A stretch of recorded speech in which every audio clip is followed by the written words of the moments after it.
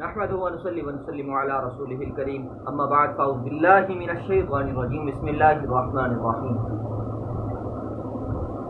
الذين ينقضون عهد الله من بعد ميثاقه ويقطعون ما امر الله به ان يوصل ويفسدون في الارض اولئك هم الخاسرون صدق اللہ العظیم۔ میں نے سورۃ البقرہ کی 27ویں آیت کی تلاوت کی ہے، اور اس سے پچھلی آیت کے اندر اللہ رب العزت نے جو ہے وہ ذکر فرمایا تھا، بیان فرمایا تھا کہ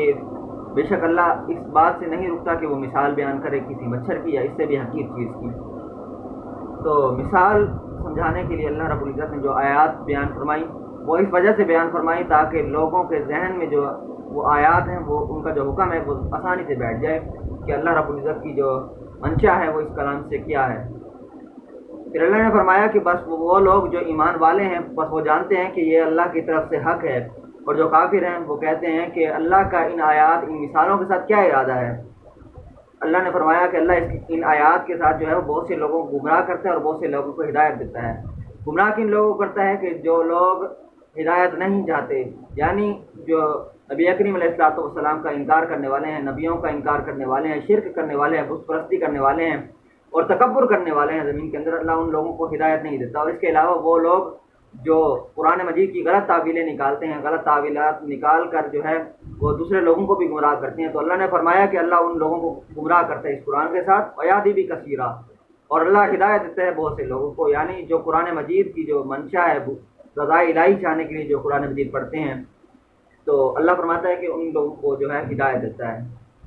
پھر اللہ نے فرمایا جو گمراہ ہوتے ہیں وہ صرف فاسق لوگ، نافرمان لوگ گمراہ ہوتے ہیں۔ آیت نمبر 27 کے اندر اللہ رب العزت نے فرمایا الذین ینقضون عہد اللہ من بعد میثاقہ، وہ لوگ جو توڑ دیتے ہیں اللہ کے عہد کو اس کے پختہ ہو جانے کے بعد۔ تو مراد اس سے یہ ہے کہ نبی کریم علیہ الصلوۃ والسلام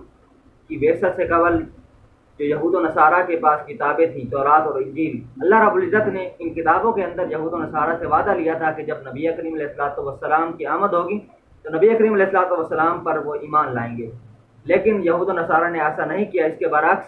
وہ جو ہے وہ ڈھائی کے اوپر اتر آئے، شرک کے اوپر اتر آئے اور مختلف قسم کی برائیوں پر اتر آئے، نافرمانیوں پر اتر آئے، تو اللہ نے ان کا ذکر فرمایا کہ انہوں نے اللہ کے وعدے کو پختہ ہو جانے کے بعد توڑ دیا۔ ایک قول یہ ہے، اور دوسرا قول یہ بھی ہے کہ عہد وہ 3 ہیں۔ وہ کون کون سے عہد ہیں؟ پہلا عہد وہ ہے جو اللہ رب العزت نے حضرت آدم علیہ الصلوۃ والسلام کی اولاد سے لیا تھا، اور وہ عہد اہل عالم ارواح کے اندر لیا گیا تھا۔ تو پھر دوسرا عہد جو ہے وہ نبیوں سے لیا گیا کہ وہ اپنی رسالت کو ظاہر کریں گے اور احکام شریعت لوگوں تک پہنچائیں گے۔ اور تیسرا جو عہد ہے وہ علماء سے لیا گیا۔ وہ کیا عہد ہے؟ وہ کہ وہ حق بات کو واضح کریں گے، حق بات کو چھپائیں گے نہیں، اور تمام کے تمام جو حق ہے اس کو ظاہر کریں گے لوگوں کے سامنے۔ تو یہ عہد ہیں۔ تو اللہ نے فرمایا کہ وَيَقْطَعُونَ مَا أَمَرَ اللَّهُ بِهِ أَن يُوصَلَ وَيُفْسِدُونَ فِي الْأَرْضِ، اور وہ کاٹ دیتے ہیں اس چیز کو جس کا اللہ رب العزت نے حکم دیا کہ اس کو جوڑا جائے، وَيُفْسِدُونَ فِي الْأَرْضِ، اور وہ زمین میں فساد مچاتے ہیں۔ تو یہاں پر اللہ نے فرمایا کہ اللہ کے اس حکم کو کاٹ دیتے ہیں جس کا اللہ رب العزت نے جو ہے جوڑنے کا حکم دیا۔ تو وہ حکم کیا تھا کہ نبیوں کے اوپر ایمان لائیں، یہ بھی حکم دیا تھا، اس کے ساتھ ساتھ مسلمانوں کے ساتھ دوستی رکھیں، اور جو ہے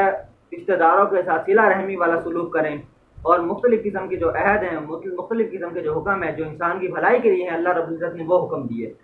تو اللہ فرماتا ہے کہ ان لوگوں نے جنہوں نے عہد شکنی کی، عہد سے پھر گئے، وعدے سے پھر گئے، سب سے پہلے انہوں نے اقرار کیا کہ ہم اللہ پر ایمان لائے، اس وعدے سے بھی پھر گئے، شرک کے اوپر اتر آئے، تو اللہ نے فرمایا کہ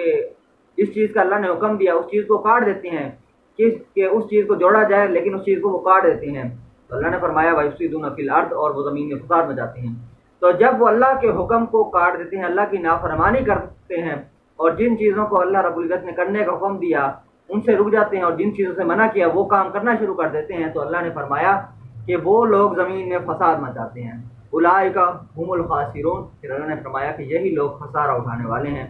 کہ جو اللہ رب العزت کا وعدہ بھی توڑ دیتے ہیں، اللہ رب العزت نے جس چیز کے جوڑنے کا حکم دیا اس چیز کو توڑ دیتے ہیں، کاٹ دیتے ہیں، اور زمین کے اندر فساد بھی مچاتے ہیں۔ تو اللہ نے فرمایا کہ ان کے فساد مچانے کے سبب یہی لوگ خسارہ اٹھانے والے ہیں۔ اللہ تبارک و تعالیٰ سے دعا ہے کہ اللہ تعالیٰ ہم سب کو قرآن مجید کو صحیح معنی میں سمجھنے اور اس پر عمل کرنے کی توفیق عطا فرمائے، آمین۔